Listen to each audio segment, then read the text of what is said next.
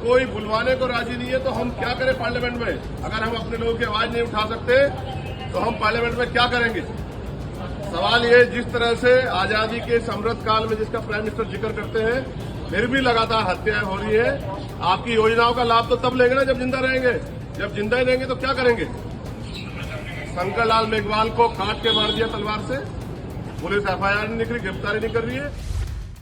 नगीना से लोकसभा सांसद चंद्रशेखर आजाद का एक वीडियो वायरल है जिसमें वो दोनों हाथों में तख्तियां लेकर संसद के बाहर प्रदर्शन कर रहे हैं। उनका कहना है कि जब हमको संसद में बोलने ही नहीं दिया जाएगा तब संसद में आने का फायदा क्या, जहां हम अपने लोगों की आवाज़ नहीं उठा सकते।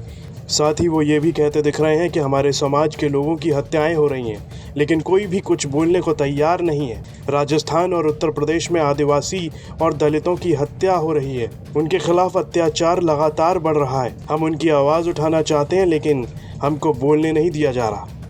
ऐसे लोगों को कुर्सी छोड़ देनी चाहिए। सीधी गोलियां लग रही है, तलवारों से काटा जा रहा है राजस्थान में, उत्तर प्रदेश में कोई सुनने वाला नहीं है।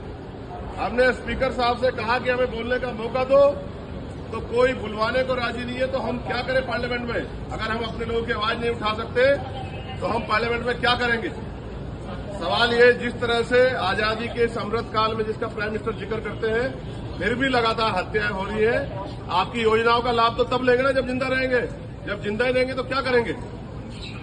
शंकर लाल मेघवाल को काट के मार दिया तलवार से, पुलिस एफआईआर नहीं निकली, गिरफ्तारी नहीं कर रही है। राजकुमार जाटव को यहां मार दिया गोली से गाजियाबाद में। समझौते का दबाव बना रहे हो, गुंडागर्दी कर रहे हो। क्या हम इंसान नहीं? क्या हमारी माओ को दर्द नहीं होता? कौन देगा जवाब? कुर्सी में बैठे हो, चिपक के बैठे हो, तो करो न्याय। और नहीं कर सकते न्याय, नहीं दे सकते न्याय, तो छोड़ो कुर्सी। किसने कहा कुर्सी चिपकने को? अभी एक बार सबक सिखाया उत्तर प्रदेश ने 2024 में, और नहीं समझ आएगा तो 2027 में पूरा सबक सिखाएगी जनता। लेकिन ये दमन अब उत्तर प्रदेश में चलेगा नहीं। संसद के बाहर गले में शंकर मेघवाल और राजकुमार जाटव के नाम लिखी तख्तियां लटकाए आज़ाद समाज पार्टी कांशीराम के अध्यक्ष और सांसद चंद्रशेखर आज़ाद से जब नेम प्लेट वाले मामले पर पूछा गया तो कहते हैं अगर सुप्रीम कोर्ट नहीं होता तो शायद उत्तर प्रदेश की सरकार कभी मान पाती कि उन्होंने जो फैसला लिया था वो गलत था। ये गुंडाई के फैसले हैं जिसका इंतजाम उत्तर प्रदेश की जनता करने जा रही है। चंद्रशेखर जी, कानून व्यवस्था की आप बात कर रहे हैं। उत्तर प्रदेश सरकार ने एक फैसला किया था और उसे भी व्यवस्था का हवाला दिया था, जिसको लेकर के सुप्रीम कोर्ट ने रोक लगाई थी। कांवड़ यात्रा का मैं जिक्र कर रहा हूं।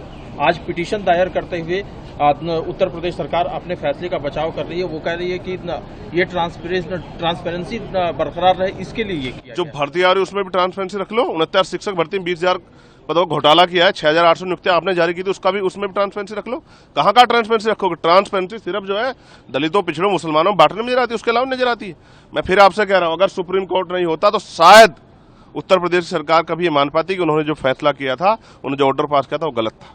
ये मैं कह रहा हूं, इसको ये निहायत सड़े हुए गुंडई के फैसले, इनका जो है इंतजाम उत्तर प्रदेश की जनता करने जा रही है। और आप देखना उपचुनाव में भी सूर समेत सबक जो है भारतीय जनता पार्टी को जनता सिखाएगी। इन दिनों चंद्रशेखर आज़ाद पूरे जोर शोर से दलितों आदिवासियों की आवाज़ बुलंद करने में लगे हैं, लेकिन उनकी शिकायत ये भी है कि उन्हें संसद में बोलने नहीं दिया जा रहा। यूपी तक के लिए बिजनौर से संजीव शर्मा की रिपोर्ट।